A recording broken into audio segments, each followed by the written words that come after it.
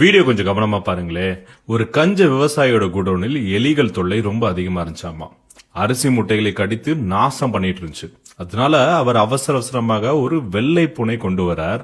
அந்த பூனை இதை ஒரு மிஷனா எடுத்துக்கிட்டு டே நைட் பார்க்காமல் வேலை பண்ணி 3 நாள்ல எல்லா எலிகளையும் முழுசா ஒழிச்சு எடுத்துடுச்சு.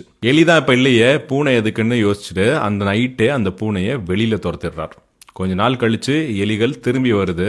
இந்த தடவை இன்னும் அதிகமாக டேமேஜ் பண்ண ஆரம்பிக்குது.